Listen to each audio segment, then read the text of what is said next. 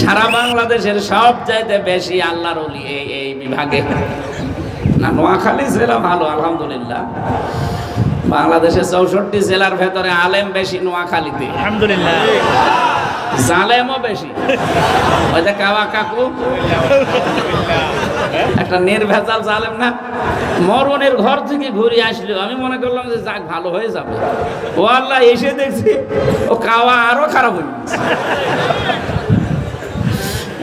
এদের জেলায় আলেম বেশি যেমন জালেমও বেশি আছে। রাস্তাঘাটের যে অবস্থা, এই যে আমি হেলিকপ্টারের ওপর থেকে পাইলটকে বলছিলাম রাস্তা কোনো রাস্তা দেখছি না। আমার মনে হয় নিচের আমালে আমার মনে হয় এরকম রাস্তায় পেতাম। মাটির রাস্তা না ফিরাই ফিরাই সব ভাঙ্গাচোরা। কেন বাজেট আমার দাদা চেয়ারম্যান ছিল, আমি জানি ভাই। বাংলাদেশে শুধু রাস্তাঘাটের জন্য যত বাজেট হয়, এটা যদি উপরওয়ালা ঠিক মতো ব্যয় করার সুযোগ দেয়, এই ডাইনে বামে না যায়, এদেশের 1 ইঞ্চি রাস্তা কাঁচা থাকার কথা না। কি করেছে আপনার মোহাম্মদ আলী? ঠিক আছে, ঘাটে পার হতে 100 টাকা লাগবে, সেখানে 200 টাকা। উনি 100 টাকা নেবে আর 100 টাকা বাকি। এই সমস্ত কাজ কারবার করেছিলেন না, এখন সব ফাঁস হয়ে যাচ্ছে। নাম তো নবীর নাম নিয়েছেন মোহাম্মদ আলী, নবীর নাম নবীর জামার নাম, আর কাজ করেছেন সব আবু জাহেলের মতো। আবু জাহেলের কাছে একটা এতিম, তার বাবা টাকা পয়সা রেখেছিল যে আমার ছেলেটা বড় হলে দিয়ে দিও। ওই এতিম এসেছে যে আমার বাবা তো এখন নেই, আমি অসহায়, ওই টাকাগুলো ফেরত দেন। অবশ্যই কিসের টাকা? এতিম তখন রাসূলের কাছে গিয়ে বললেন, হে নবী, এই টাকাগুলো একটু আদায় করে দেন তো। নবীজি যে এতিমকে নিয়ে সামনে দাঁড়িয়ে বললেন, চাচা, এর বাবা আপনার কাছে যে টাকা রেখেছিল টাকাগুলো ফেরত দেন। আবু জাহেল বলে ঠিক আছে, আমি ঘরের ভেতর থেকে টাকা নিয়ে এসে দিয়ে দিল। সঙ্গে সঙ্গে আশপাশে যারা চামচা ছিল বলে, নেতা কি হয়ে গেল, আপনি টাকা ফেরত দিয়ে দিলেন? বলছে, দেখো মোহাম্মদ যখন একা এসেছিল, ওর পাশে যে এতিম দেখলাম, ওর 2 দিকে দেখি 2 বাঘ হাঁ করে আছে। আমি যদি ওই সময় টাকা না দেই বের করে, সঙ্গে সঙ্গে আমাকে সহ তোমাদেরকেও শেষ করে ফেলবে। এই জন্য আমি ভয়ে দিয়ে দিয়েছি। এখান থেকে কয়েকটা শিক্ষা আছে হাদিসে। কেউ যদি সত্যের পক্ষে দাঁড়াতে পারে, সে যদি একাও থাকে, আল্লাহ পাক অবশ্যই তাকে সাহায্যের জন্য কিছু পাঠাবেন। সুতরাং এই বাংলাদেশে আজ যা হচ্ছে, বিশেষ করে আগস্টের 5 তারিখের পর থেকে অনেক উলটপালট কাজ আমরা দেখতে পাচ্ছি। যারাই করছেন তারা কিন্তু খুব বেশি না। কি কথা বলছেন আমার? যারা এগুলো করছেন মানবতার সাথে কৌতুক করছেন, সাদাবাজির নাম নিয়ে, হাদিয়ার নাম নিয়ে, মিষ্টি খাওয়ার নাম নিয়ে যাই করছেন, এগুলো মানবতার সাথে মহান কৌতুক। আমরা যে যেখানে আছি, দল বিদল এখানে দেখলে হবে না। অন্যায় যেখানে, বৈষম্য বিরোধী ছাত্র আন্দোলনের মধ্যে প্রতিবাদ সেখানে। আপনি একা থাকেন, কোনো অসুবিধা নেই, আল্লাহ অবশ্যই কিছু পাঠাবেন। নবীকে যদি আল্লাহ পাঠাতে পারে, নবীর পাশে 2 জন বাঘ, 2টা ফেরেশতা পাঠিয়েছিলেন আল্লাহ, কারণ তিনি সত্যের পক্ষে ছিলেন। সত্যের পক্ষে দাঁড়িয়ে তিনি সাহায্য পেয়েছেন। আমরাও আজকে বাইতুল মুকাররমে, এই যে মনে হয় 11:30টার দিকে, সকাল 11:30টার দিকে চাঁদা চাইতে গেছে একজন নেতার নাম নিয়ে। জনগণ সব এক হয়ে এমন পিটিয়েছে, গণধোলাই দিয়েছে। এইটা সারা দেশে হোক। কিসের চাঁদাবাজি? চাঁদাবাজি চালুই থাকবে তো, ওরাই তো থাকা ভালো ছিল। কথা বলেন না কেন? এদেশে আর কিয়ামতের আগে কোনো চাঁদাবাজি হবে না। যে সেখানে এরকম কোন উলটপালট কাজ করবে, মানবতার বিরুদ্ধে, ইসলামের বিরুদ্ধে, সব এক হয়ে যাওয়া লাগবে। যে এক হবে না, বুঝবেন ওইটা ওই জালেমদের দোষ। আরে ভাই, এটা তো সবার জন্য দরকার। কয়দিন পরে ও আমার কাছে নিচ্ছে, কয়দিন পরে আপনার কাছে নেবে। আজকে দেখতে দেখতে আমার মেয়ের দিকে তাকাচ্ছে, কয়দিন পরে আপনার মেয়ে নিয়ে আনন্দ করবে, সেদিন কিছুই বলতে পারবেন না। সুতরাং এই সুযোগ যেন সামনে আর সৃষ্টি না হয়। নবীজি নিজে একা গিয়েছিলেন এতিমটার সাথে করে।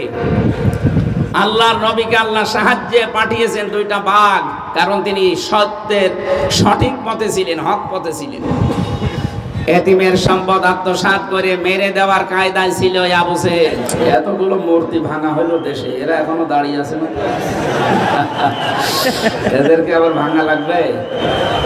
আলহামদুলিল্লাহি রাব্বিল মাশরিকাইন ওয়া রাব্বিল মাগরিবাইন আল্লাযী খালাকা কুল্লা শাইইন যাওজাইন وأوجب علينا الإحسان بالوالدين ونشهد أن لا إله إلا الله وحده لا شريك له وأشهد أن محمدا عبده ورسوله سيد الكونين صلى الله عليه وعلى آله وصحبه وأتباعه أجمعين ليلا ونهارا في الطرفين فقد قال الله تعالى في كلامه المجيد وبرهانه التوحيد أعوذ بالله من الشيطان الرجيم بسم الله الرحمن الرحيم يا أيها الذين آمنوا لا تأكلوا الربا أضعافا مضاعفا واتقوا الله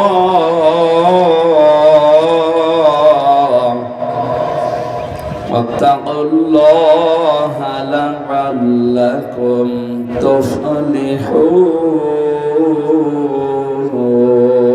تفلحون صدقت يا ربنا عن أبي هريرة رضي الله تعالى عنه قال قال النبي صلى الله عليه وسلم من أحب سنتي فقد أحبني وما زادهم إلا إيمانا وتسليما اللهم صل على سيدنا مولانا محمد وعلى آل سيدنا مولانا محمد الحمد لله বাংলাদেশের ঐতিহ্যবাহী জেলা নোয়াখালী হাতিয়া থানার অন্তর্গত জাহাজ মারা আলোকবর্তিকা যুব সমাজের উদ্যোগে 2 দিন ব্যাপী পঞ্চম বাৎসরিক ঐতিহাসিক তাফসীরুল কোরআন মাহফিলের সমাপনী দিবসের স্বনামধন্য সভাপতি হাজারো আলেমের উস্তাদ হাতিয়া দারুল উলুম কামিল মাদ্রাসার শ্রদ্ধাভাজন প্রিন্সিপাল জনাব মাওলানা আবু ইউসুফ মোহাম্মদ ইদ্রিস আতালাল্লাহু উমরাহু ওয়া বারাকাল্লাহু ফি হায়াতি বলেন আমিন। আমন্ত্রিত ওলামা হযরত এই মাহফিলের বরণ্য সদস্য যারা 400-র উপরে যুবক এই মাহফিলের জন্য কাজ করছে, যে মা তাদেরকে পেটে নিয়েছেন আল্লাহ খাদিজাতুল কুবরার মতো যেন বানিয়ে দেন। মঞ্চে বসা অন্যান্য ওলামা ইকরাম, সামনে বসা মুসলমান ভাইরা, পর্দার আড়ালের সম্মানিতা মা এবং বোনেরা, প্রাণ প্রিয় হাতিয়াবাসী, এখানে তো আর অন্য থানার লোক আসা সম্ভব না। যে জায়গায় আসলাম আমার মনে হয় বাংলাদেশে 2টা জায়গা ব্যাকওয়ার্ড আছে, তার ভেতরে এইটা একটা, আর ওদিকে পটুয়াখালী রাঙ্গাবালি। কি করে যে মানুষ এসব জায়গায় থাকে, আলহামদুলিল্লাহ। দল মত জাতি বর্ণ ধর্ম নির্বিশেষে আজকের এই অনুষ্ঠান, এটা কি শুধু মুসলমানদের? দলীয় পরিচয় তো বাদই দিলাম, শুধু মুসলমানদের জন্য আজকের এই আয়োজন না। হাদা বায়ানুল লিন্নাস হুদাল লিন্নাস, মানুষ পদ পাচ্ছে আমরা যারা বিবেচিত, আজকে সবার জন্য এই আয়োজন। এমনকি অন্য ধর্মের কেউ যদি এখানে আসে, হাত্তা ইয়াসমা কালাম আল্লাহ সুম্মা আবলিগহু মা মানা, আল্লাহ তাআলা বলেন, হে নবী, অন্য ধর্মের যারা আসবে কোরআন শুনতে, তারা যেন শুনতে পারে এবং নিরাপদে তারা যেন বাড়ি যেতে পারে সে ব্যবস্থা করে দেবেন। অমুসলিমদেরকে যদি নিরাপত্তার সাথে কোরআনে কারীম শোনা বাড়ি পর্যন্ত যাওয়ার ব্যবস্থা করতে আল্লাহ বলেন, সূরা তাওবায় আছে, তাহলে আমরা যারা এখানে এসেছি আমাদেরকে কত সেফটি নিয়ে, নিরাপত্তা নিয়ে যারা আয়োজন করেছি, আমরা সবাই আপনাদের কাছে মেহমান। নবীজি জানিয়েছেন যে মানুষগুলো আল্লাহ আখিরাতে বিশ্বাস করে তারা যেন মেহমানের সম্মান করে। সুতরাং এই আয়োজক কমিটি বাদ দিয়ে, এই এলাকার মানুষগুলো বাদ দিয়ে আমরা বাইরে যারাই আছি সবাই আপনাদের কাছে কি মেহমানের সম্মান করা লাগবে না? সুতরাং ওনাদের জায়গায় আমার মনে হয় ভালো জায়গা পেলে বসিয়ে দেন, আর যদি না হয় ভালো লাগে দাঁড়িয়ে থাক, কিন্তু কথা বলবেন না। সুতরাং আমরা যারা কোরআনে কারীম শোনার জন্য এসেছি, আপনাদের দায়িত্ব আল্লাহ দিয়েছেন দুইটা। আল্লাহ রাব্বুল আলামিন বলেন, ওয়াইদা কুরিয়াল কুরআনু ফাসতামিউ লাহু ওয়া আনসিতু লাআল্লাকুম তুরহামুন। যখন তোমাদের সামনে কোরআন পড়া হয়, 1 নম্বরে শুনতে থাকবা, 2 নম্বরে চুপ থাকবা। শুধু সামিয়া আল্লাহ দিয়ে অর্থ করে ফেলতেন, তিনি সামিয়া দেননি, ফাসতামিউ দিয়েছেন। তার মানে শুধু শুনলেই হবে না, কোরআন শুনতে হলে মনোযোগ সহকারে শোনা লাগবে। কারণ এই কথা কার বলেন তো? আমি তো শুধু অ্যাডভার্টাইজ করছি, কথা যেহেতু সরাসরি আল্লাহর, এই জন্য শুধু শুনলেই হবে না, মনোযোগ দেওয়া লাগবে। আছে আপনাদের মনোযোগ? এটা ইবাদত চলছে, কিন্তু এখানে যতক্ষণ বসে আছেন শ্বাস প্রশ্বাসে নিঃশ্বাসে আপনার নেকি হচ্ছে। অন্তত যদি সওয়াব নাও হয় তাও গুনাহ হচ্ছে না। কি কথা বলেন না কেন? মানুষ যদি গুনাহমুক্ত থাকতে পারে তাহলে তার ইবাদতের স্বাদ আল্লাহ বাড়িয়ে দেয়। আমি 3টা বছর ফাঁসির কন্ডেম সেলের ভেতরে ছিলাম, শুধু জেলখানায় না, জেলের ভেতরে, জেল তার নাম সেল। এই সেলের ভেতরে গুরুত্বপূর্ণ যেগুলো ভয়ঙ্কর সেগুলো হচ্ছে ফাঁসির আসামি থাকে। আমার রেখেছিল ওই জায়গায় 3টা বছর 24 ঘন্টা তালা লাগানো, সিসি ক্যামেরা দেওয়া, কেউ যেন আমার সাথে কথা না বলে। আপনাদের এই থানার আরেকজন মাওলানা ছিল আমার সাথে, মুফতি ফখরুল ইসলাম। এ থানায় কোথায় যেন বাড়ি, জিজ্ঞাসা করতাম মাঝে মাঝে।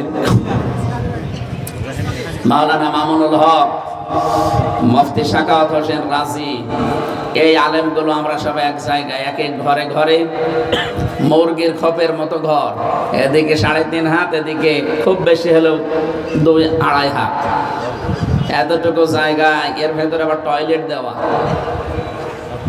24টা ঘন্টা 3 বছর যোগাযোগ বিচ্ছিন্ন করে রেখে দিয়েছিল, শুধু কোরআন শরীফ ছাড়া কিছুই নেই। যদি কোনো বই চাইতাম তাহলে বঙ্গবন্ধুর জীবনী দিত। এই যে এটা পড়ে, এটা পড়ে আমি করবো। বঙ্গবন্ধুর আত্মজীবনী, ওনার চীন সফর, ওনার ছোটবেলা, ওনার যৌবন বয়স, এই সমস্তগুলো বলতো, এগুলো পড়ে। মাঝে মাঝে বলতাম, কারারক্ষী ভাই এগুলো না দিয়ে আমি জেল থেকে বলছি এই বইটা দিতে পারবেন না? অথবা এই যে আমি মেজর ডালিম বলছি এই বইটা দেওয়া যায় না, অথবা আমার ফাঁসি চাই এই বইটা দেওয়া যায় না, ওই বই করবেন, ওই বই পড়বো। পড়তে হলে আপনি ওই বই দেন, তাছাড়া এ ছাতা মাথা দিয়ে আমার কাছে সময় নষ্ট করার দরকার নেই। অন্তত কোরআন শরীফ আছে, এই যথেষ্ট। 3 বছরে কোরআনে কারিম এভাবে মন মতো পড়েছিলাম, বোঝার চেষ্টা করেছিলাম। যেহেতু আলেম ছিলাম আমরা 76 জন এক জায়গায়, সেই হিসাবে সময়টা ইবাদত বন্দেগী এগুলোই কাটতো, কারণ সেখানে মেয়ে ছেলে নেই। এমনি মেয়ে লোক না থাকলে তো গোনা করা সেরকম সম্ভব না। টেলিভিশন নেই, মোবাইল নেই, ইন্টারনেট নেই, কিছুই নেই। 24 ঘন্টা শুধু বসে থাকা, কোরআন পড়া আর জিকির করা, নামাজ পড়া ছাড়া কোনো কাজ নেই। এজন্য ইবাদত বন্দেগী অন্তত একটা পর্যায়ে আমরা পৌঁছিয়েছিলাম, এজন্য ভালো লাগতো। সেজদা যত লম্বা দিতাম তত আনন্দ লাগতো। এক একজনের আধা ঘন্টা 45 মিনিট সেজদায় কেটে যায়, বোঝেই না যে সেজদায় আছে। আর তখন দেখতাম জেলখানায় তাহাজ্জুদের নামাজ পড়ে শুধু হাত তুলতে দেরি হতো, চোখ দিয়ে পানি আসতে দেরি হতো না, কারণ অন্তর তো পরিষ্কার হয়ে গেছে 3 বছরে। কিন্তু বাইরে এসে বিভিন্ন হাওয়া গায়ে লাগছে, তো আবার এলোমেলো হয়ে যাচ্ছে। এই জন্য আমরা ইবাদত বন্দেগীর স্বাদ পাওয়া যায় তখন যখন মানুষ গুনাহমুক্ত থাকে। আজকের এখানে এসে আপনি স্বাদ পাবেন, অন্তত সওয়াব যদি আমাদের নাও হয়। গুনাহ হচ্ছে? গুনাহ হচ্ছে না। মেয়েরা এসেছে, সম্মানিত মা এবং বোনেরা, সবাইকে নিয়ে যেহেতু আমরা এসেছি কোরআন শুনতে, আমি তো আর হেদায়েত হাতে করে নিয়ে আসিনি। হেদায়েত কার হাতে? আল্লাহ পাক বলেন, ফাইন্নামা আলাইকাল বালাগ ওয়া আলাইনাল হিসাব। সূরা রদের ভেতরে আছে। আল্লাহ পাক বলেন, হে নবী, এ দায়িত্ব আপনার না, আপনার দায়িত্ব পৌঁছিয়ে দেওয়া, আর ওদের হিসাবের দায়িত্ব আমি আল্লাহ। সুতরাং আমার দায়িত্ব কি বলেন তো? লাইসা আলাইকা হুদাহুম ওয়ালাকিন্নাল্লাহা ইয়াহদি মান ইয়াশা। সূরা বাকারা 272 নম্বর আয়াত। আপনাকে আমি হেদায়েত দেইনি যে যাকে ইচ্ছা তাকে দিয়ে দেবেন না। হেদায়েত কে পাবে ওটা আমি আল্লাহর ইচ্ছার উপরে নির্ভর করছে। জোরে বলেন আলহামদুলিল্লাহ। হযরতে আবু হুরায়রা রাদিয়াল্লাহু তাআলা আনহু একবার একটা গাছের চারা লাগাচ্ছিলেন, হঠাৎ তিনি হেসে ফেললেন। সাহাবায়ে কেরাম বলে, কি হয়েছে? গাছ লাগাচ্ছিলে, হাসতেছো কেন?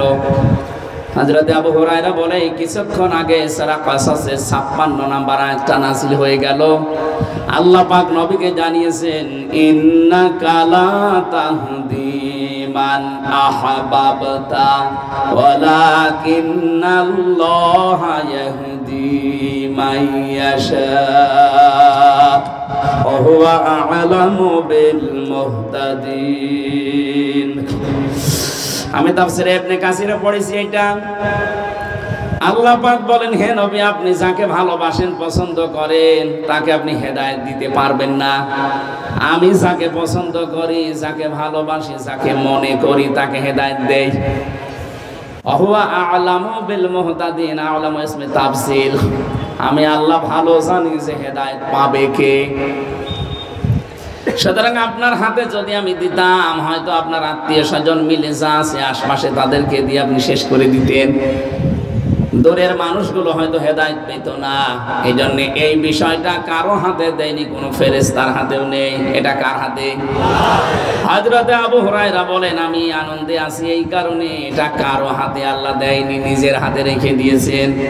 যদি আল্লাহ নবীর হাতেও দিত, আমি তো দূরের মানুষ, আমি নবীর আত্মীয় না, আমার পর্যন্ত হয়তো হেদায়েত আসতো না। আল্লাহ যেহেতু নিজের হাতে রেখে দিয়েছেন, আল্লাহ দয়া করে আমাকে হেদায়েতের একটা পথ দেখিয়েছেন। এই কারণে আমি আজকে আনন্দিত, এত খুশি, আমি হাসতেছি। বলেন আলহামদুলিল্লাহ। সুতরাং আল্লাহ যেহেতু নিজের হাতে রেখে দিয়েছেন, আমির হামসার হাতেও দেয়নি, দিয়েছে। আমার হাতে দিলে আজকে সবাইকে দিয়ে দিতাম। আল্লাহ পাক নিজের হাতে দিয়েছে, আমাকে পাঠিয়েছে অ্যাডভার্টাইজ করার জন্য। আমি আমার মন থেকে অ্যাডভার্টাইজ করব কোরআনে যতটুকু জ্ঞান আল্লাহ দিয়েছে। আর আপনাদের একটা দায়িত্ব আছে, এখান থেকে মন তৈরি করে নিয়ে এই হেদায়েত বাড়ি নিয়ে যাওয়া লাগবে। আপনার যদি মন না থাকে, আমি না, কাবা শরীফের ইমাম এসে ওয়াজ করলো, আপনার পরিবর্তন হবে না। আর কোরআনের আলোচনায় যদি কারো পরিবর্তন না আসে, সে যেন লিখে নিতে পারে যে তার কপালে আর হেদায়েত নেই। কি কথা বলে না কেন? যালিকাল কিতাবু লা রাইবা ফিহি। এই যে কিতাবের আগে আলিফ লাম আছে, আলিফ লাম 4 প্রকার হয়, এটা নির্দিষ্ট করার জন্য দিয়েছেন। আল্লাহ রাব্বুল আলামিন জানাতে চেয়েছেন, এই পৃথিবীতে একটাই কিতাব আছে যেটা মানুষকে পথ দেখাতে পারে, তার নাম কোরআন শরীফ।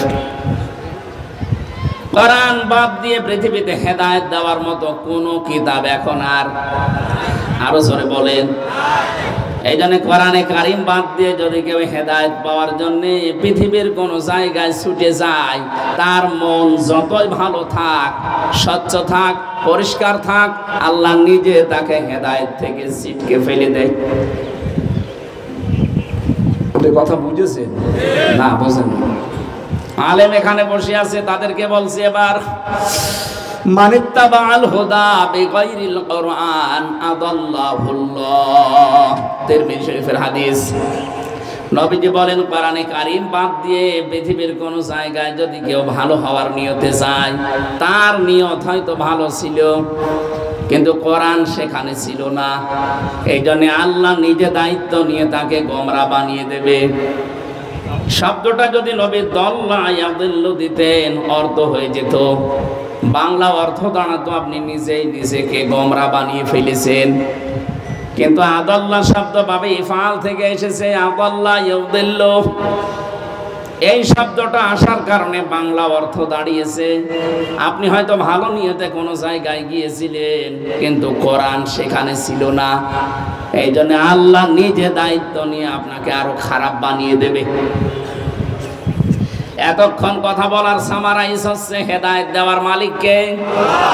সে আল্লাহ যদি বলে আমি তোকে গোমরা বানিয়ে দেব, বলেন তো কোন বাবা আছে আপনাকে হেদায়েত দিতে পারে? বলেন বলেন।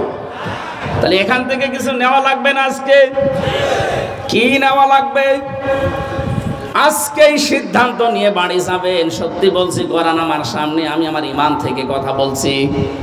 যেখানে কোরআন নেই, ওইরকম একটা দরবার যদি আমার বাবাও তৈরি করে, ওই দরবারে আমি নেই। কারণ ওখানে যদি আমি ভালো হওয়ার নিয়তেও থাকি, ওখানে কোরআন চলে না, কোরআনের কর্মসূচি চলে না, আল্লাহ নিজে আমাকে আরো খারাপ বানিয়ে দেবে। এই হাদিসটা কত বাস্তব। আপনি বাংলার বিভিন্ন পীরের দরবারের দিকে তাকান। 48,000 পীর এই দেশে এখন।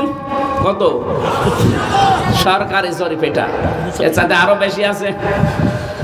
আপনাদের এই চট্টগ্রাম বিভাগ না, এটা এই বিভাগে তো আরো বেশি পারে না। আজ যদি বিশ্ব নবীর উম্মত, নবীজির মতো এই ভূমিকা আমরা 64 জেলার 630টা থানায় পালন করতে পারি, কোনো আবু জেহেল সামনে দাঁড়াবে না ইনশাআল্লাহ। এগুলো সামনে করা যাবে না। আমরা জিহাদ খুঁজে পাই না, এটার নামই তো জিহাদ। অন্যায় যেখানে প্রতিবাদ, অন্যায় যেখানে প্রতিবাদ, প্রতিবাদের ভাষা হবে এইভাবে তুলবেন, লিল্লাহি তাকবীর,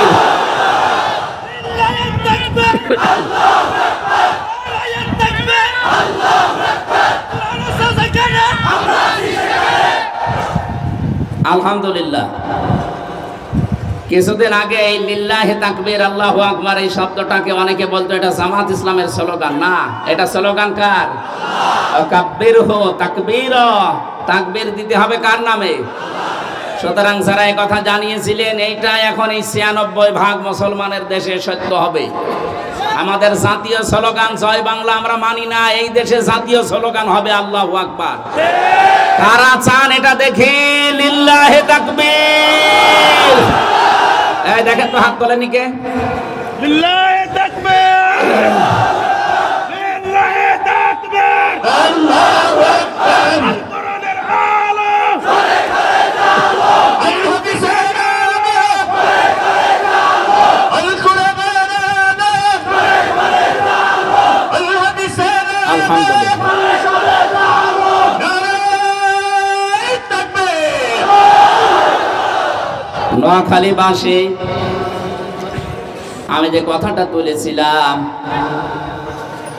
দরবারে যদি কোরআন না থাকে, গোমরা বানিয়ে দেবে কে? এদেশে বহু পীরের দরবারে আমি দেখতে পেয়েছি, তাদের ছেলেরা আলেম হওয়ার পর যখন কোরআন বুঝেছে, সাতক্ষীরায় একটা বিশাল দরবার, মাওলানা খাজা মঈনুদ্দিন সিদ্দিকী হাফিজাহুল্লাহ, বড় ভাই, ওর বাবা বিশাল পীর ছিল, হাজার হাজার লক্ষ লক্ষ মুরিদ তার। তিনি যখন কোরআনে কারীম বুঝেছেন, দেখ না আমার বাবার দরবারে কোরআনের নিয়ম চলে না, বানানো নিয়ম চলে। বাবাকে বলেছে আপনাকে আমি মানি না। শেষ পর্যন্ত ওখান থেকে তিনি বের হয়ে এসেছেন। নিজের বাবার দরবারে বসলে তার জীবনে আর কিছু করা লাগতো না। কোরআন বাধা দিয়েছে, হাদিস বাধা দিয়েছে, যেমন নিজের বাবাকেও ছেড়ে চলে এসেছে। আর আমরা নিজের বাবা না, দরবারও ছাড়তে পারি না। আমি আপনাকে ছাড়তে নিষেধ করি না। যেই দরবারে কোরআন চলে, কোরআনের নিয়ম নীতি চলে, নির্দ্বিধায় সেখানে যাবেন। এই কথা বলে না কেন? কিন্তু কোরআনের নিয়ম যেখানে চলবে না, কোরআনের কর্মসূচি সেখানে হবে না, ওই দরবার আমার বাবা তৈরি করলে আমি ওখানে নেই। দ্বিতীয় নম্বরটা বলবো, আর অন্য দিকে নিয়ে যাবেন না তো। দরবারেরটা নাই বুঝলেন ভালো করে। এই বাংলাদেশে 48টা নিবন্ধিত দল আছে রাজনৈতিক, আরো ছেড়া ছোটা অনেকগুলো আছে, প্রায় 72টার উপরে। এই দেশে যত রাজনৈতিক দল আছে, যেই দলে কোরআন নেই, কোরআনের কর্মসূচি নেই, ওখানে আমার বাবাও যদি ওই দল তৈরি করে আমি ওখানে নেই। এটা এত জোরে বলার দরকার, দিল কান এখনো ভালো না। এটা সামিয়ানা পর্যন্ত থাক নাকি? এটা আর বাইরে নিয়ে যাবেন না। এটা যদি নিয়ে যেতে না পারেন, আপনার জীবন সংশোধন করতে পারবেন না ভাই। সুতরাং যেই রাজনৈতিক দলে কোরআন চলে না, কোরআনের কর্মসূচি চলে না, যারা এই কথা বলতে পারে যে রাজনীতির সাথে কোরআনের সম্পর্ক নেই, স্পষ্ট জানিয়ে দিয়েছে শরিয়া আইনে আমি কোনো বিশ্বাস করি না। একটা কথা হলো, আপনি নিজেকে ঘোষণা দিতে পারেন না যে আমি অন্য ধর্মের লোক। নিজেকে মুসলমান পরিচয় দিয়ে মানুষের সাথে ধোঁকাবাজি করার দরকার কি? আপনি নাই মানুষকে ধোঁকা দিয়ে বোকা বানাতে পারবেন, আল্লাহকে ধোঁকা দিতে পারবেন? আমিনান নাসি মাইয়াকুলু আমান্না বিল্লাহি ওয়া বিল ইয়াউমিল আখিরি ওয়া মা হুম বিমুমিনিন। মানুষের ভেতরে অনেক মানুষ এমন আছে, তারা বলে আল্লাহকে বিশ্বাস করি, কিয়ামতে বিশ্বাস করি। আল্লাহ বলেন না, এরা মুমিন না। ইউখাদিউনা আল্লাহ ওয়াল্লাযীনা আমানু ওয়া মা ইয়াখদাউনা ইল্লা আনফুসাহুম ওয়া মা ইয়াশউরুন। এই মানুষগুলো আল্লাহকে ধোঁকা দিতে চায় এবং ঈমানদারকে। দেখেন, আল্লাহ নিজের নামের পরে ঈমানদারদের নাম দিয়েছেন, তার মানে আল্লাহ ঈমানদারদের সাথে আছেন। কথা বলেন না কেন? আল্লাহর সাথে আছেন কাদের? আমাদের সাথে। এই দেশে আমরা যারা সত্যিকারের ঈমানদার, কেউ যদি না থাকে কোনো আফসোস নেই, কোনো দুঃখ নেই, আল্লাহ আছে। আমরা চেষ্টা করব বাঁচানোর আপনাদেরকে, বাঁচলে আপনারই লাভ। আর আমি বাঁচাতে চাই এই কারণে, কারণ কিয়ামতে আপনার কারণে যেন আমি আবার ধরা না খাই। এই কথা বলেন না কেন? তাছাড়া আপনি নোয়াখালীর মানুষ জাহান্নামে গেলেই কি আর জান্নাতে গেলেই কি, আমার কোনো লাভ আছে? আমার কোনো লস আছে? আমি তো বাঁচতে চাই আমার নিজেকে। আমি যদি সঠিকটা তুলে না ধরি, কিয়ামতে দেখা যাচ্ছে আপনি আল্লাহর দরবার আমার বিরুদ্ধে দাঁড়িয়ে যাবেন যে সঠিকটা জানতাম না, হামসারে নিয়ে এসেছিলাম, বলেও নাই। এই জন্য তো বাধ্য হয়ে বলা লাগছে। আল্লাহ কিন্তু ঈমানদারদের সাথে আছে। এই দেশে ঈমানদার যদি 6 ভাগ থাকে, 15 ভাগ থাকে, 58 ভাগ থাকে, তাও ভালো। কেন 6, 15, 58 বললাম? বোঝেন না? বোঝেননি? আজকে ফজু পাগলা নামে এক লোক বলছে এই দেশে ইসলামপন্থী যারা আছে তারা মাত্র 6 ভাগ। কয়েকদিন আগে একজন জানিয়েছিল এই দেশে 100 জনের মাত্র 15 জন চায় যে কোরআন দেশে কায়েম হোক। কিন্তু এখন রিপোর্ট বলছে, বাংলাদেশে আন্তর্জাতিক যে রিপোর্টগুলো, ভয়েস অফ আমেরিকা, মাইক্রোসফট, অন্যান্য যত আন্তর্জাতিক সংস্থা আছে তারা রিপোর্ট বের করছে, এই দেশে মানুষের যে গণজোয়ার ইসলামের দিকে, এখন 100 জনের 58 জন মানুষ চাচ্ছে কোরআন দেশে কায়েম হোক।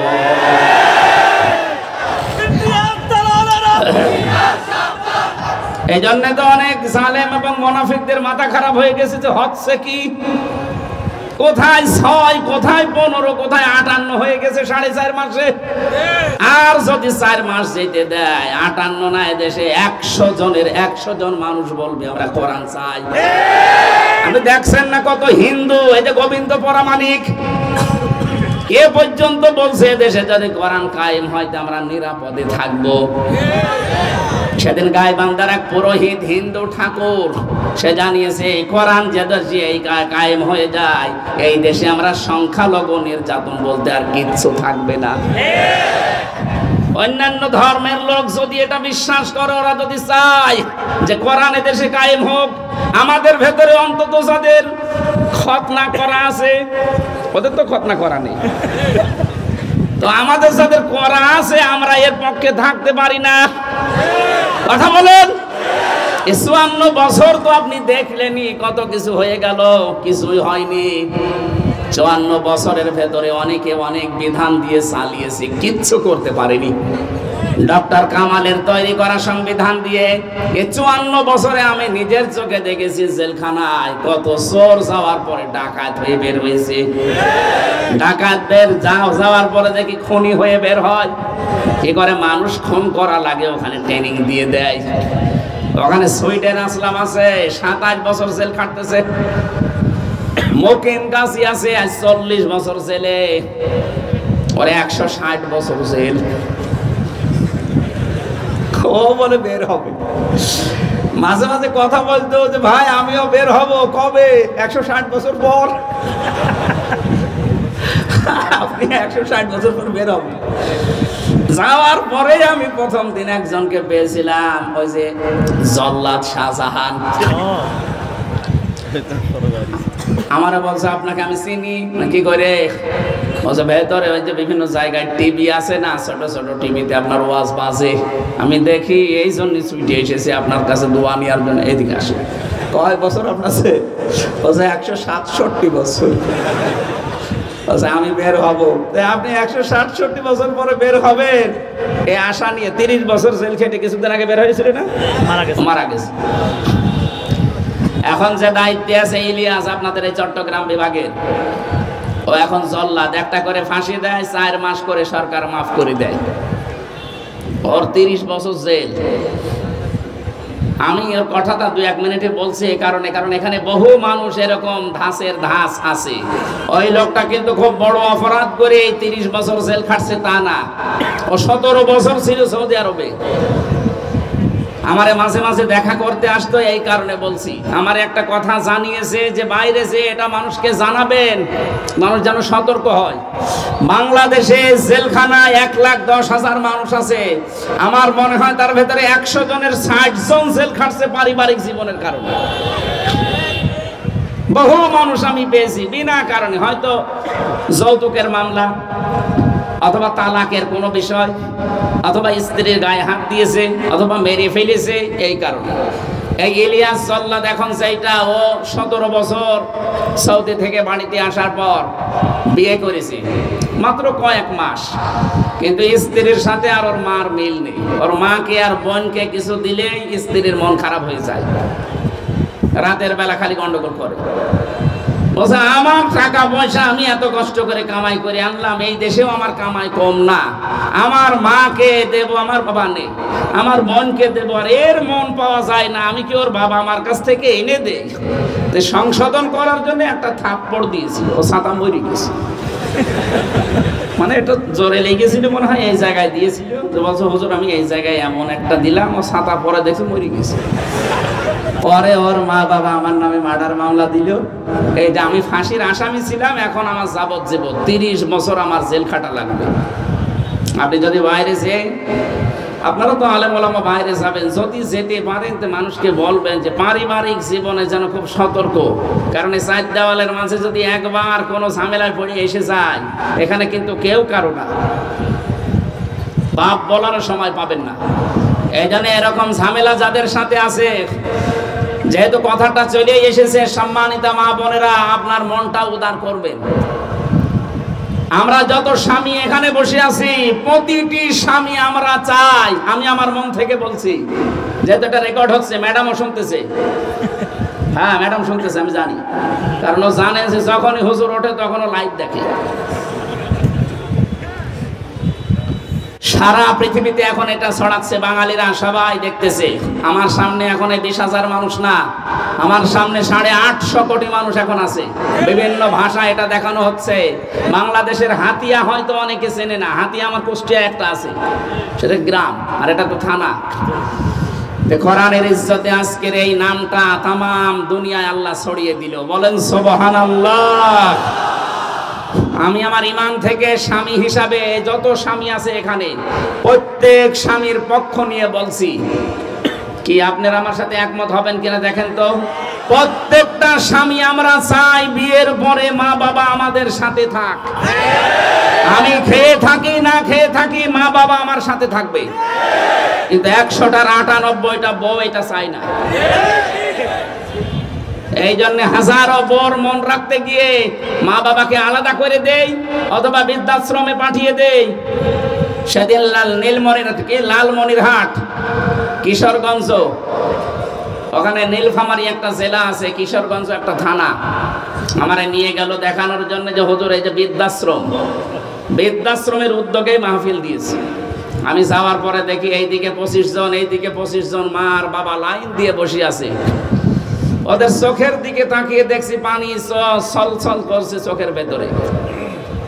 2-1 জনের সাথে কথা বলেছিলাম, প্রত্যেকেই তার সন্তানের উপরে রাগ, প্রত্যেকেই তার বেটার বউকে পুত্রবধূকে বরদোয়া দিচ্ছে। কেন? ওদেরও তো আমাদের মতো ছেলে মেয়ে নেই। কথা বলেন না কেন? কোন কারণে আপনার জন্য, আপনার মা বাবার জন্য আমার মা বাবাকে আলাদা করে দেওয়া লাগবে? আপনি তো এসেছেন আমার জীবনে 25 বছর পর, আর একেবারে সেই গোড়া থেকে 25 বছরে বিনা কারণে আমার পেছনে শ্রম দিয়েছে এই মা আর বাবা। আপনার মন রাখতে গিয়ে, আপনার সাথে সংসার করতে গিয়ে অনেক সন্তান আমরা মা বাবাকে এখন পর করে দেই, নাকি এ থানায় নেই? সম্মানিত মা বোন যারা বিশেষ করে পুত্রবধূ বসে আছেন, শুধু নামাজ পড়া রোজা রাখা আর কালো বোরকা পরা ইবাদত না, এটাও ইবাদত। পারিবারিক জীবনে আজ হাজারো পুরুষ মানুষ মানসিক রোগী হয়ে যাচ্ছে শুধু স্ত্রীর কারণে। আমি চাইবো দুনিয়ায় আপনিও আর 100 বছর পরে থাকবেন না, আমিও থাকবো না। কি হবে? এখানে নতুন মানুষ এসে এই জমিন চাষ করবে। এই জমিনের জন্য আপনার বিশাল আখিরাত নষ্ট করবেন আপনি কোন কারণে? এজন্য আশা করব আজকে থেকে আপনার চরিত্র পাল্টাবেন। নিজের শ্বশুর শাশুড়িকে নিজের মা বাবার মতো মনে করবেন। নিজের মা বাবা ভুল করলে তো কত কিছু মাফ করে দিন, আর শ্বশুর শাশুড়ি পান থেকে চুন খসলে আগে ছেলের কানে কানে তুলে দিন। কথা বলছে না কেন? এই ইলিয়াসের মতো আমরা যেন ধরা না খাই। একটা কিছু করে শেষে 4 দেওয়ালের মাঝে যদি আটক হয়ে যান, আপনার জীবন শেষ। এই জন্য আমরা সম্মানিত মা বোনদেরকে উদার হওয়ার জন্য আহ্বান জানাচ্ছি। শুধু নামাজ পড়ে রোজা রেখে কালো বোরকা পরে আপনি জীবনও জান্নাত যেতে পারবেন না। পারিবারিক জীবনের ইবাদতটা লাগবে। এই ইবাদতটা আমাদের 100 ভাগের প্রায় 98টা পরিবারে নেই। আল্লাহ তুমি মেয়েদেরকে হযরতে খাদিজাতুল কুবরার মতো বানিয়ে দাও, বলেন আমিন। আপনি খাদিজার পুরা জীবনী পড়েন, এই মেয়েটা সারাটা জীবন কোনোদিন 1 ওয়াক্ত নামাজ পড়েনি, একটা রোজা রাখেনি, কোনোদিন তিনি দান করেননি, সাদকা করেননি, যাকাত দেননি, এমনকি হজও জীবনে করেননি। কারণ তার ইন্তেকালের পরে এই বিধানগুলো সব নাজিল হয়। অথচ আল্লাহ নিজে একটা জান্নাতে ঘর বানিয়ে তার জন্য পাঠিয়ে দিয়েছেন জিবরাইলের মাধ্যমে। এই পৃথিবীতে একটাই মহিলা যার জন্য জান্নাতে ঘর বানিয়ে আল্লাহ নিজে পাঠিয়েছেন। আর হযরতে আসিয়ার জন্য হযরতে আসিয়া দোয়া করেছিলেন যে একটা ঘর আমার জন্য যেন বানানো হয়। খাদিজাতুল কুবরার পুরা জীবনী এইটাই প্রমাণ করে। তিনি নামাজ পড়েননি, রোজা রাখেননি, হজ করেননি, যাকাত দেননি, কিন্তু জান্নাতে আল্লাহ ঘর বানিয়ে তার জন্য পাঠিয়েছেন একটাই কারণ। কয়টা? তিনি তার স্বামীর পেছনে সময় দিয়েছিলেন, সাহায্য করেছিলেন স্বামীকে তিনি খেদমত করে খুশি রেখেছিলেন। আর আপনি, আপনার কারণে হাজারো স্বামী মানসিক রোগী হয়ে যায়। চাচা এরশাদ ছিল কি যে করেছে, যদি আইন পাশ করে যেত যে নারী নির্যাতনের জন্য যদি মামলা হয়, পুরুষ নির্যাতনের জন্য মামলা হবে। এখানে পুরুষ নির্যাতনের শিকার আমরা অনেকে আছি না? এমন মানুষও বসে আছে বোর হাতে মার খায়। হাত তোলেন তো কারা খান? এই লজ্জা করেন কোন কারণে? তোলেন হাত। আলহামদুলিল্লাহ এলাকা শক্ত আছে। সম্মানিত মা বোনেরা, আমি শেষ কথা বলছি আপনাদের জন্য। স্বামীর খেদমত এবং স্বামীর মা বাবা। হ্যাঁ, এবার অনেকে যারা স্বামীর মা বাবা আছে আর স্বামী আছে এবার লাফাচ্ছে যে কাজ হচ্ছে। আরে ভাই, অন্যের একটা মেয়ে এসেছে, তার সব কিছু ছেড়ে দিয়ে আপনাকে জীবনে স্যাক্রিফাইস করা লাগবে তার জন্য। আমি সহ যারা স্বামী আছি, পৃথিবীতে সবচাইতে বেশি মহব্বত ভালোবাসার জায়গা আপনার স্ত্রী। কথা বলেন না কেন? নিজের স্ত্রী বাদ দিয়ে যারা পরকীয়া প্রেম করছেন, ইল্লা আলা আজওয়াজিহিম আও মা মালাকাত আইমানুহুম ফাইন্নাহুম গায়রু মালুমিন ফামান ইবতাগা ওয়ারা যালিকা ফাউলাইকা হুমুল আদুন। নিজের স্ত্রী ছাড়া অন্য কাউকে কামনা করাই জায়েজ নেই। কামনা করা নাই, করাই শেষে হস্যাই আছে। নিজের স্ত্রী ছাড়া অন্য কোন মহিলাকে কামনা করাই জায়েজ নেই। এ কথা কার? আরো জোরে বলেন।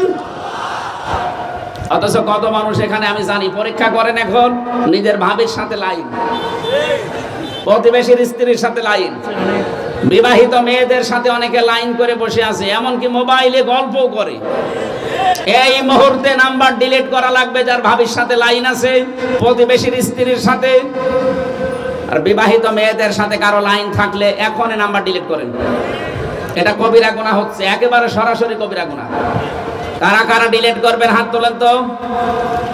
এই দাঁড়িয়াল, দেখি আপনার মোবাইল, দেখি কার সাথে আপনার লাইন আছে দেখি। না, আমি হাসির জন্য বলি না, তার মানে ওর মনে হয় কিছু আছে। সত্য কথা বলেছি। উনি একা না, এখানে আমি চেহারা দেখলে বলতে পারবো। যারা পরকীয়া প্রেমে আছেন চেহারা দেখলে আমি কিন্তু ধরে ফেলতে পারবো।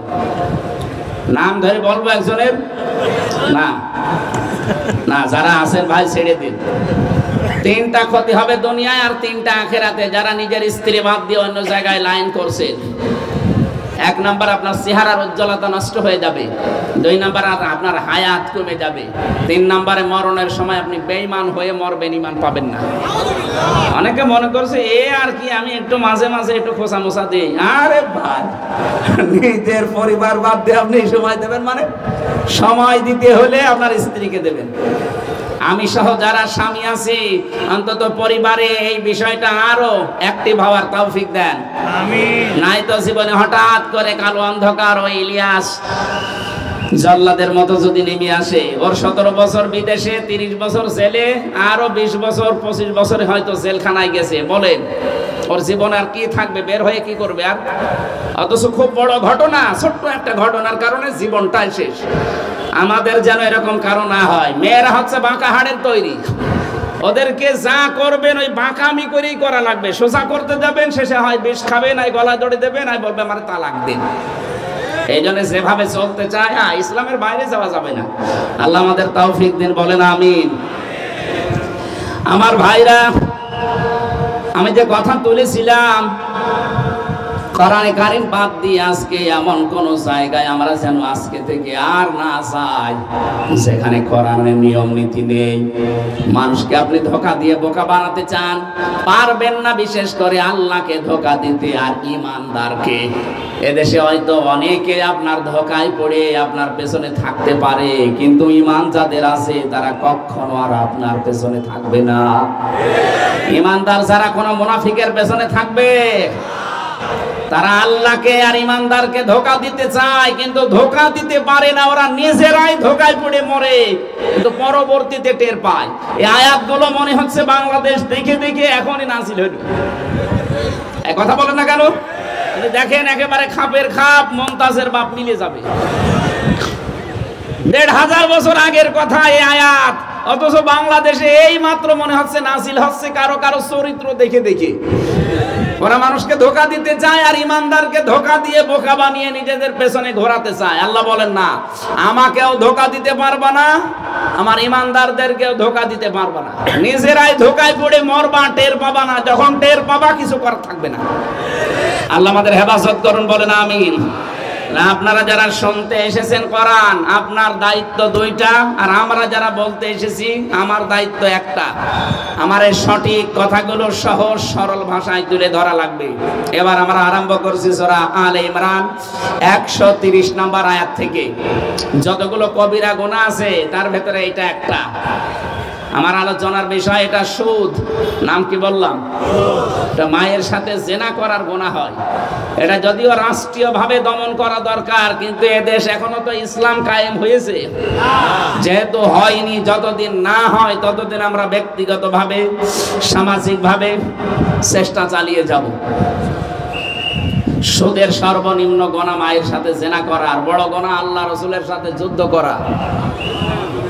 এই যে যারা টাকা ছেড়ে রাখেন, মাসে মাসে টাকা আসে, 1000 টাকা দিলে 1100 টাকা করে দেয়, 100 টাকা বেশি দেয়। এইটা তো আর এই জেলায় নেই। 1,03,000 দেয়। এই কাজ যারা করছেন, আপনি মনে করেন আপনার মায়ের সাথে আপনি জেনা করছেন। এই কাজটা ছেড়ে দেওয়া লাগবে ভাই, এক্ষুনি ছেড়ে দেওয়া লাগবে। যারা এখানে এসেছেন, এখন যদি মনে করেন ছাতা তো এসেও ভুল করলাম, না না, ভুল করেননি, আপনি বেঁচে গেছেন। কি করবেন আপনি? সম্পদ বিশাল পাহাড় রেখে গিয়ে দেখছেন না জালেমদের অবস্থা কি? ইয়ামহাকুল্লাহুর রিবা ওয়া ইরবিস সাদাকাত। আল্লাহ বলেন আমি সুদকে ধ্বংস করি আর সাদকাকে বৃদ্ধি করি। এজন্য ভালো কাজ করে যান, সঠিক পথে থাকেন, ওই অতটুকুতে আল্লাহ বরকত দেবে। আর হারামি খারাপি ভাবে অবৈধভাবে উপায় করবেন, এই দরবেশ বাবার মতো জীবনে ভোগ করতেও পারবেন না। 36,000 কোটি টাকা চুরি করেছিল, কি হয়েছে? এখন এই যে আমার মতো মাটিতে শুয়ে থাকা লাগে। এক কথা বলেন না কেন? ঢাকার বুকে দেখলাম কত 12 কোটি টাকার গাড়ি পড়ে আছে, কেউ নিচ্ছে না। কারণ ওটা নিলে আপনার আবার ভ্যাট ধরবে, এখনো নেবে কে? এই জন্য অন্যায় অবৈধভাবে ইনকাম করে গিয়ে আপনার কোনো লাভ নেই। আপনি এখন চোখ বন্ধ করবেন, ওইগুলো ভোগ করার জন্য আপনার স্ত্রী, আপনার ছেলে মেয়ে 2 পায়ে খাড়া, কিন্তু ওর যে গোনা হয়ে গেল, ওই গোনা আপনার বউ রাজি না, আপনার ছেলে মেয়েও রাজি না। দুনিয়ার জীবনটা পুরা আল্লাহ বলেন এটা ধোঁকা। এটা কি? প্রিন্সিপাল সাহেব আছে এখানে, আমাল হায়াতুদ দুনিয়া ইল্লা মাতাউল গুরুর। হে পৃথিবীর মানুষ, পৃথিবীর জমিনটা কিন্তু একটা ধোঁকা। আমি আমার নিজের জীবন থেকে বলছি, আমার দাদা, দাদার দাদা, এ পর্যন্ত আমি চিনি না। আমার বাবার নাম রিয়াজ আলী, তার বাবার নাম জাহান আলী, তার বাবার নাম নমাজ আলী, এরপরে আমি আর চিনি না। এই 3 পুরুষের পরে আমার আর জানা নেই। নোয়াখালীবাসী, সত্যি করে বলছি, আমি সত্যি আমার ইমান থেকে বলছি, এখন যদি নমাজ আলী সাহেবের বাবা, যিনি 61 বছর আগে মারা গেছে, মাত্র কত বলেন বলেন, মাত্র 61 বছর আগে মারা গেছে লোকটা, উনি যদি এখন আমার কুষ্টিয়ার বাড়িতে এই 2 তলা বাড়ি এসে বলে এইটা আমার, এই ভিটা আমার, ওনার দাঁত মুখ খুলে ফেলবো না। যে সিটারি করার জায়গা পান না। কিসের নমাজ আলীর বাপ আপনি? হ্যাঁ, আমি তো নমাজ আলীকে চিনি না। এই কথা বলছেন না কেন? অথচ এই 2 তলা বাড়ি কিন্তু সেই বানিয়েছিল, এই ভিটা অন্তত সেই বানিয়েছে। বাড়ি যদি আমার দাদা বানিয়েছে, কিন্তু ভিটা তো তার। এটা কয়েকশো বছর ধরে চলছে আমাদের এই বংশটা। নিজের বানানো ভিটা এখন মাত্র 61 বছর পরে আসলে যদি আমরা উঠতে না দেই, আমি যদি 100 বছর পরে আবার কুষ্টিয়ায় আসি, আমার ওই বাড়িতে আমার ছেলে মেয়ের পরে যারা আসবে, তারপরে যারা আসবে, তারা আমার উঠতে দেবে? আমি কেন এত কিছু করব অবৈধভাবে? এই জন্য যারা সুদের টাকা ছেড়ে রেখেছেন, আপনি এত বড় মারাত্মক গোনা নিয়ে আপনি কবরে যাবেন, কিয়ামত পর্যন্ত ফেরেশতারা মগর দিয়ে পিঠাতে থাকবে। আপনি আযাব জানেন কি? একটা অন্ধ ফেরেশতা পাঠাবে আল্লাহ। অন্ধ একদিকে, আর একদিকে বোবা, আর একদিকে বধির, কানে শোনে না, বিশাল একটা মগর নিয়ে শুধু পিটাতে থাকবে, অত চোখে দেখে না। নবীজি বলেন একবার শুধু আঘাত করলে 70 গজ মাটির নিচে, আবার টেনে তুলবে নখ দিয়ে, আবার আঘাত লাগাবে, এভাবে কিয়ামত পর্যন্ত চলতে থাকবে। আপনি মনে করছেন আমার সন্তান, আমার স্ত্রী, আমার মা বাবা আরামে থাকবে, তারা শান্তিতে থাকবে, তারা সুখে থাকবে, এজন্য আমি সুদের টাকা ছেড়ে রেখেছি। আরে ভাই, একটা গোনাও আপনার বউ, আপনার মেয়ে, আপনার মা বাবাও নেবে না। কথা বলেন ঠিক কিনা? বাকি যা ভোগ করার আপনাকেই ভোগ করা লাগবে। এই জন্য আমরা জানি পাগলামিটা না করি, আজকে থেকেই পরিবর্তন হয়ে যাবেন। সুদের টাকা যাদের ছেড়া আছে, নিজের আসল টাকা বাদ দিয়ে লাভ আর নেবেন না। কারা কারা রাজি আছেন আপনি দেখতে চাই? হাত তোলেন তো। আলহামদুলিল্লাহ, যাকে এলাকায় ভালো সুদখোর আছে, অনেক সুদখোর আছে এলাকায়। আল্লাহ পাক বলেন, ইয়া আইয়ুহাল্লাযীনা আমানুত্তাকুল্লাহা লা তা'কুলুর রিবা আদআফাম মুদাআফা। যারা ইমানের দাবি করো তাদেরকে বলছি তোমরা খাবে না। এই যে চক্রবৃদ্ধি হারে যে সুদ, এটা বন্ধ করো। এ ঘোষণাকার আল্লাহর 500টা নির্দেশ আছে কোরআনে, তার ভেতরে এটা একটা নির্দেশ। আজকের এই ময়দান থেকে কিছুই যদি নিতে না পারি, এই নির্দেশটা আপনারা কিন্তু হাত তুলেছেন যে আমরা নিয়ে যাব। যারা নিজের আসল টাকা বাদ দিয়ে সুদের টাকা ছেড়ে দেবেন বলে কথা দিলেন, দিবেন তো? বলেন বলেন। আল্লাহ এরপরে আবার দিয়েছেন ইত্তাকুল্লাহ। এইটা কি? আগে তো ইত্তাকুল্লাহ দিয়েছিলেন, আবার দিলেন কেন? আগেরটা দিয়েছেন যোগ্যতা অর্জন করার জন্য, পরেরটা দিয়েছেন সতর্কতা হওয়ার জন্য। এই জন্য তাকওয়া শব্দের ব্যাখ্যা, তাকওয়া মানে শুধু ভয় না, তাকওয়া মানে যোগ্য। তাকওয়া মানে কি? আজ আমাদের যোগ্যতা অর্জন করা লাগবে। পৃথিবীতে বেঁচে থাকার যত অবলম্বন আছে বৈধ পথে, এইগুলো নেওয়া লাগবে। অবৈধ যত পথ আছে এগুলো পরিহারের মাধ্যমে। আল্লাহ পাক বলেন, আমি আবার বলছি আত্তাকুল্লাহ, আমাকে ভয় করো। তার মানে আল্লাহর নিষিদ্ধ কাজগুলো শুধু ছেড়ে দেবে না, ঘৃণা করে ছেড়ে দেবে। সুদ যেহেতু আল্লাহর নিষিদ্ধ কাজ, সুদ কি? এটা শুধু ছেড়ে দেবেন না, পায়খানা দেখলে আপনি যেমন ঘৃণা করে চলে আসেন, আজকে সুদের থেকে এভাবে মুখ ফিরিয়ে চলে আসবেন। লাআল্লাকুম তুফলিহুন। আল্লাহ পাক বলেন, আমি নিজে বলছি, আশা করা যায় তোদের জীবন সফল হবে। জোরে বলেন সুবহানাল্লাহ। সুতরাং আমাদের জীবনের সফলতা বিফলতা এই আয়াত অনুযায়ী নির্ভর করছে এই সুদ ভিত্তিক অর্থনীতি ছেড়ে দেওয়া আর জিয়ে রাখার ভেতরে। আমরা যারা যে ছেড়ে দিতে পারি, আজ বাংলাদেশের যত ব্যাংকিং ব্যবস্থা আছে, অনেকেই মনে করেন এই জেলায় কি এই থানায় ইসলামী ব্যাংক আছে, এজেন্ট আছে। ইসলাম রাষ্ট্রীয়ভাবে কায়েম নেই। যতদিন ইসলাম এই দেশে রাষ্ট্রীয়ভাবে কায়েম না হবে, ততদিন ইসলামী ব্যাংক নামে যেটা আছে আপনি কারবার করবেন নির্দ্বিধায়। কারণ ইসলামের যে বেসিক 28টা নিয়ম আছে, কম বেশি এখানে পালন করা হয়। যদিও সবগুলো 100% মানা সম্ভব না। 100% মানা সম্ভব না এই কারণে যতদিন এদেশে যাকাত ভিত্তিক অর্থনীতি রাষ্ট্রীয়ভাবে কায়েম না হবে, ততদিন এই দেশে আপনি সুদ থেকে বাঁচতে পারবেন না। হয় ডাইরেক্ট অথবা ইনডাইরেক্ট আপনাকে খাওয়া লাগবে। এটা আমার মাথায় যে টুপিটা দেখতে মনে হচ্ছে অনেক সুন্দর লাগছে, অথচ এর ভেতরও সুদ আছে। কি প্রশ্ন আসতে পারে, আপনি সুদের টাকা দিয়ে টুপি কিনেছেন না, এই টুপিটা যে ফ্যাক্টরিতে বানিয়েছে ওই ফ্যাক্টরির মালিক লোন নিয়েছে, এই কথা বলছেন না কেন? এটা থেকে মুক্ত হতে হলে এই দেশে যাকাত ভিত্তিক অর্থনীতি সরকারিভাবে রাষ্ট্রীয়ভাবে কায়েম না হওয়া পর্যন্ত ফেরেশতা এসে যত বাস করে সেও ডাইরেক্ট ইনডাইরেক্ট সুদ খাওয়া লাগবে। কিন্তু যতদিন কায়েম না হয় ততদিন যেহেতু ইসলামী ব্যাংকে শরিয়া বোর্ড আছে, তারা চেষ্টা চালিয়ে যাচ্ছে। তাদের যে ব্যবসার নিয়ম নীতিগুলো দেখবেন, মোশারাকা আছে, মুদারাবা আছে, মোরাবাহা আছে, বায়ে সালাম আছে, বায়ে ইস্তিসনা আছে, বায়ে মুআজ্জাল আছে, বায়ে ওয়াহিদা আছে, এরকম 28টা নিয়ম আছে। অন্তত এই নিয়ম নীতিগুলো দিয়ে তারা চেষ্টা চালাচ্ছে। বিশ্বনবী নিজের জীবনেও তিনি মুদারাবা পালন করে দেখিয়েছেন। মুদারাবার সিস্টেম, আমার টাকা আর এই ভাইয়ের শ্রম, আমি টাকা দেব, উনি শ্রম দেবে। আপনি ইসলামী ব্যাংকের মাধ্যমে টাকা রাখবেন, তারা বিভিন্ন কায়দায় খাটিয়ে শ্রম দিয়ে আপনার টাকায় টাকা বৃদ্ধি করবে। হ্যাঁ, এইটা লিখে দেয় যেখানে লাভ লস হলে ভাগ নেওয়া লাগবে। কিন্তু অন্য ব্যাংকে এই সিস্টেম নেই, আপনি রাখবেন শুধু লাভই পাবেন, লসের কোনো সম্ভাবনা নেই। এটা শুধু এটা কি? এই জন্য আপনাকে বলছে, আপনি যতদিন এই দেশে যাকাত ভিত্তিক অর্থনীতি কায়েম না হয়, আপনি ইসলামের সাথে থাকেন। কারণ এই জালেমরা 15.5 বছরে 75,000 কোটি টাকা এখান থেকে মারিং কাটিং করে একেবারে দুর্বল করে ফেলেছে।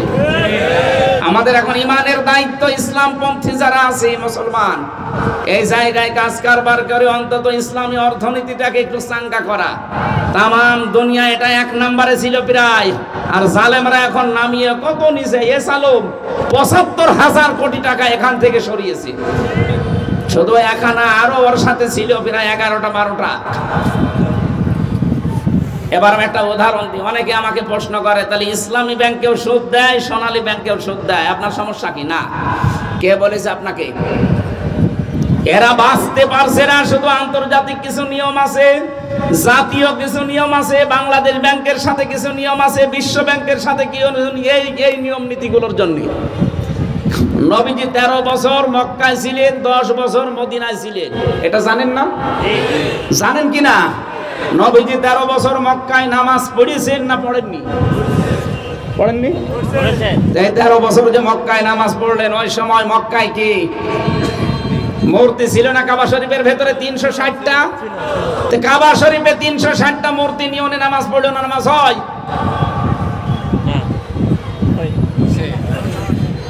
নবী যদি নামাজ না হয়, নামাজ হয়েছে এই কারণে, কারণ মূর্তি সরানোর কোন ক্ষমতা ওনার হাতে বলেন। ওই নবী মদিনায় গিয়ে রাষ্ট্র ক্ষমতা হাতে নিয়ে যখন আসলেন, মক্কা বিজয় হয়ে গেল, ওই নবী নিজেই মূর্তিগুলো ভেঙেছেন।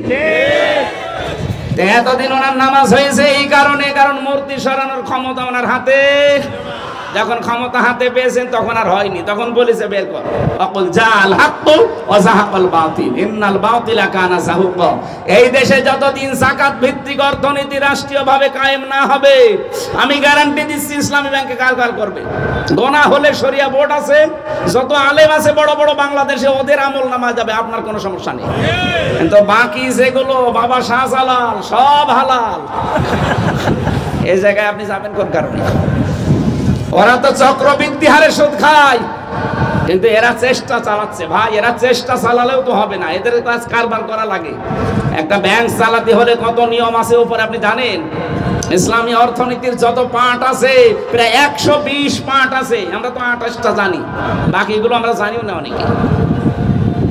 এই জন্য আমি আহ্বান জানাচ্ছি, সুদ থেকে বাঁচতে হলে এই দেশে যতদিন যাকাত ভিত্তিক অর্থনীতি কায়েম না হবে, ততদিন আমাদের চেষ্টা চালিয়ে যেতে হবে। এটা কি ফরজ না সুন্নত? ফরজ। নামাজ পড়া যেমন ফরজ, সুদ থেকে বেঁচে থাকা ফরজ, কিন্তু আমরা পারছি না। আজ হাজার রাজা বললো না যে 3000 টাকা মানে 300 টাকা করে দেয়। আমাদের এলাকায় আমরা শুনেছিলাম খুলনা বিভাগের মানুষেরা 1000 টাকা দিলে 100 টাকা বেশি দেয়। আরে ভাই, খাবার খান, তারপরে সব খাওয়া যায়। সুদের টাকা যেভাবে খেয়ে আপনি আনন্দ করেন, তাই আমি এখানে 27টা গোনা, বড় বড় গোনার নাম পেয়েছি, তার ভেতরে সুদের টাকা একটা। এতে এত বড় মারাত্মক।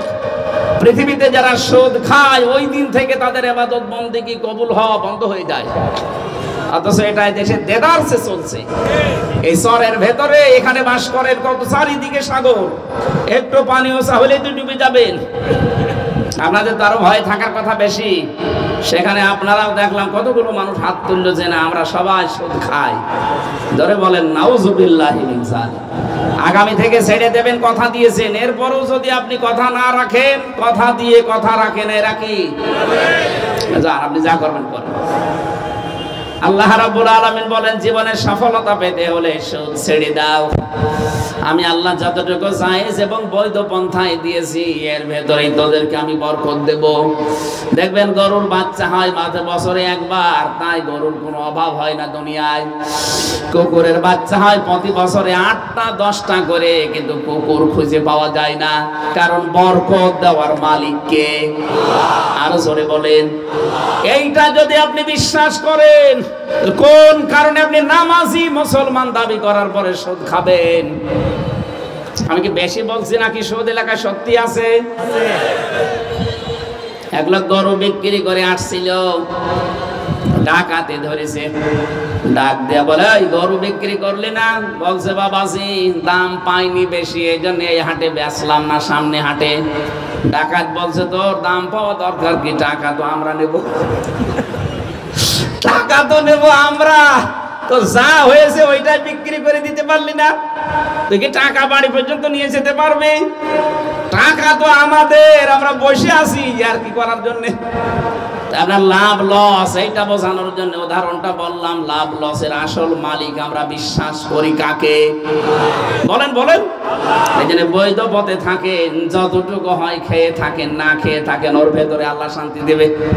বৈধ পথ বাদ দিয়ে যারা অবৈধ পথে যাচ্ছেন, সুদের সাথে ঘুষের সাথে, কি করবেন? অবৈধ টাকা নিয়ে আসবেন বাড়িতে, দেখবেন 10,000 টাকা বাড়ি আসে, 15,000 টাকার ক্ষতি আল্লাহ করে দেয়। আমি বহু অফিসারকে দেখেছি 2 লাখ টাকা ঘুষ খেয়ে বাড়িতে এসেছে, এসে দেখে 2.5 লাখ টাকার ক্ষতি অলরেডি হয়ে গেছে। ওর বউকে হয়তো সিনে ছড়িয়েছে, ছেলেকে হয়তো ভূতে ধরেছে, মেয়ের মাথা ব্যথা করছে, এখন ডাক্তার নিয়ে আয়, কবিরাজ নিয়ে আয়, হুজুর নিয়ে আয়, বিভিন্ন জনকে টাকা দিতে দিতে আর এক টেনশন ওর মাথার উপরে জমা হয়েছে। ওর টেনশন দূর করার জন্য আবার টাকা দিয়ে ডাক্তারকে। চারিদিকে দেখা যায় 2 লাখ টাকা উপায় হয়েছিল অবৈধভাবে ঘুষ খেয়ে। আল্লাহ পাক ওর জীবন থেকে 2.5 লাখ টাকা খসিয়ে দিয়েছে। আল্লাহ আমি সহ যারা এসেছি আমাদেরকে তুমি হেফাজত করো অন্তত অন্যায় কামাই থেকে। বলেন আমিন। বিশেষ করে সুদ, এটা যে এত বড় নিকৃষ্ট কাজ, অথচ আমরা অনেকে কিছু মনেই করি না। কত নিকৃষ্ট কথা বললাম বলেন তো, যে মায়ের সাথে জেনা করা। একটা ছেলে যত খারাপ হোক, মায়ের সাথে এই কাজ কেউ কোনোদিন কল্পনা করে? কথা বলেন না কেন? অথচ এই কাজ আমরা দেদারসে করে যাচ্ছি। রব্বুল আলামিন কোরআনে কারিমে এরপরে জানিয়েছেন আত্তাকুল্লাহ, আমাকে ভয় করো। এই যে তাকওয়া শব্দটা বারবার আসতেছে এই কারণে, তাকওয়ার যতগুলো অর্থ আছে আমি পেয়েছি। তাকওয়া মানে আল্লাহর নিষিদ্ধ কাজগুলো শুধু এমনি এমনি ছেড়ে দেবেন না, হবে না, ঘৃণা করে ছেড়ে দিয়ে চলে আসা লাগবে। লাআল্লাকুম তুফলিহুনের ব্যাখ্যায় পেয়েছি, কোন মানুষ যদি দুনিয়াতে তাকওয়া অবলম্বন করতে পারে, আল্লাহর উপরে ভরসা করে আল্লাহর নিষিদ্ধ কাজ ঘৃণা করে সত্যি ছেড়ে দিতে পারে, ওর দুনিয়া আখিরাত মিলে আমার আল্লাহ তাকে 9টা উপকার করবে। সুবহানাল্লাহ কালকে বলবেন। আমাদের জীবনে তো তাকওয়া নেই, এই জন্য আমরা সুবহানাল্লাহ বলতে পারি না। ويرزقه من حيث لا يحتسب ومن يتوكل على الله فهو حسبه إن الله بالغ أمره إلى آخر آية। সূরা তালাকের ভেতরে আল্লাহ জানিয়েছেন, কোন মানুষ যদি সত্যি তাকওয়া অবলম্বন করতে পারে, আমাকে ভয় করে চলতে পারে, এমন জায়গা থেকে ওর বিপদ আপদ দূর হয়ে যাবে, ওর রিজিকের ব্যবস্থা হবে। ও ধারণাও করে না যে এখান থেকে রিজিক আসতে পারে। আমি আয়াতটা যখন বিশ্ববিদ্যালয়ে সেই 2010 সালে আমি বিশ্ববিদ্যালয়ে ভর্তি হলাম, এক মসজিদে জুমার নামাজ পড়াতাম। এই আয়াতটার ব্যাখ্যা করতে গিয়ে তাকওয়ার ব্যাখ্যা করেছিলাম। আমার জীবনে পেয়েছি, এই জন্য বলছি। আমি চেষ্টা করলাম সঠিকটা তুলে ধরবো, এতে পেছনে যা হয় হবে। কোরআনে কারিমের এই তাকওয়ার ব্যাখ্যায় 9টা অর্থ উপকারের কথা যখন বললাম, বলতে বলতে একটা সভাপতির গায়ে বেঁধে গেছে, কারণ উনি সুদখোর, টাকা ছেড়ে রাখে টাকা আসে। এটা যেটা বললেন এইভাবে, উনি এলাকায় টাকা ছেড়ে রাখে টাকা আসে। বললাম না, আপনার মতো মানুষ সভাপতি থাকলে এই মসজিদে নামাজ আমি পড়াবো না। হয় আপনি বাদ যাবেন, না আমি বাদ যাব। ওনার ইগোতে লেগেছে, আমার নামে সকালবেলায় মামলা দিয়ে দিল, বলে আমির হামজা শিবির করে, শিবিরের রক কাটা পার্টি আন্দাজে। আমি জুমার নামাজ পড়ে বের হলাম, দেখি ওসি সাহেব 8-9 জন পুলিশ নিয়ে এসে আমার ধরে নিয়ে চলে গেল। ওই জীবনে প্রথম ওই 10 সালে হাতে হ্যান্ডকাপ দিয়ে মসজিদ থেকে, ওই দিন আমি শিশুর মতো কেঁদেছিলাম, কারণ বিনা অপরাধে। আর এই যে 20 সাল থেকে 23 সাল পুরাটা, ওনারা আমি ওই জায়গায় নিয়ে যাওয়ার পরে আল্লাহ রাব্বুল আলামিন যে আমাকে জানিয়েছেন, ওয়ায়ারযুকুহু মিন হাইসু লা ইয়াহতাসিব, আল্লাহকে ভয় করে যদি জীবন চালাতে পারো, এমন জায়গা থেকে আল্লাহ সাহায্য পাঠাবে যে তোমার ধারণাও ছিল না। যে ওসি আমারে ধরে নিয়ে গেল, ওসি আমার পরের দিন হাজতের ভেতরে নিচে গিয়ে বলছে, হুজুর খাবার খাবেন? আপনি ধরে নিয়ে আসলেন এতগুলো মানুষের সামনে অপমান করে, আবার বলছেন খাবার খাবেন? হ্যাঁ, আপনার একটা কার্ড আমি পেয়েছি, কার্ডের উপরে লেখা দেখলাম হাফেজ। আপনি তো কোরআনের হাফেজ। হ্যাঁ, আপনাকে আমি ছেড়ে দিতে পারি, আপনি আমাকে পড়াবেন। আরে ঠিক আছে, আমি আপনাকে পড়াবো, কিন্তু প্রতিদিন আমার বিশ্ববিদ্যালয় ক্লাস থাকে, সময় নেই, শুক্রবারে শুধু একদিন সময় আছে, তাই করবেন। নিজেই বিভিন্ন প্রসেস করে ছেড়ে দিল। এরপরে প্রতি সপ্তাহে ওনার কাছে আমি যেতাম, গাড়ি পাঠিয়ে দিত আমার মসজিদে, নিজে আসতো থানায়, গাড়ি 1 ঘন্টা পড়ানোর পর আবার দিয়ে আসতো। মাঝে মাঝে দেখতাম ওনার কাছে এই সুদ, ঘুষ আসতো। একবার ওনাকে একটা পড়াচ্ছিলাম, লা তাকুলু, খাবার খাওয়া যাবে না, বিশেষ করে সুদ আর ঘুষ। লা তাকুলু বাইনা বাতিলি, অন্যায় ভাবে কোনো মানুষের সম্পদ, এটা ঘুষের আয়াত। হঠাৎ করে দেখি ওনার কাছে একটা লোক এসেছে, ওই যে হিরোইন, 1 কোটি টাকার হিরোইন ধরা পড়েছে। 10 লাখ টাকা ওনাকে দিয়ে বলছে, স্যার এটা নেন আর আমার ওই মালটা ছেড়ে দেন। আমার বলছে, হুজুর কি করব, নেবেন মানে আপনারা পড়ালাম কি, আর আজকে সেই ঘুষের আয়া আপনারা পড়ালাম কি। আমার বলছে, হুজুরে ঘুষ না, হাদিয়া। আরে হাদিয়া, আপনার সরকার হাদিয়া দেয় না? আপনার বেতন নেই নির্ধারিত? আছে। তো এইটা কিসের হাদিয়া? ওই সময় দেখলাম আমার সামনে গরম দিল, বেটা আমি কোরআন শরীফ পড়ে আর তুমি ঘুষ নিয়ে এসেছি, নিয়ে যাও। নিয়ে চলে গেল। পরে নিয়েছি কি আমি জানি না, আমার মনে হয় পরে নিয়েছি। এইরকম হাদিয়া যদি মাসে অন্তত 4-5টা আসে, ওর আর ওই বেতন নেওয়া লাগে? পরবর্তীতে এই লোকটা গোপালগঞ্জে বাড়ি, তো একেবারে টঙ্গি পাড়ায় বাড়ি, ক্ষমতা ছিল, একেবারে লাইন ছিল জায়গা মতো।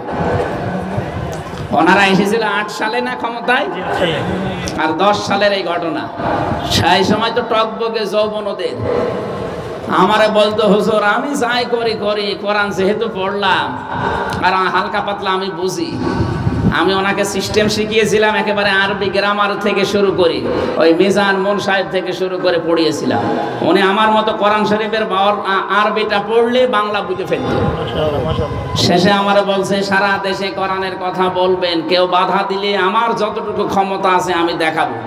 কয়েক বছর বেশ চলেছিল, কিন্তু পরবর্তীতে জালেমরা এত শক্তিশালী হয়ে গেল, আর সম্ভব হইল না।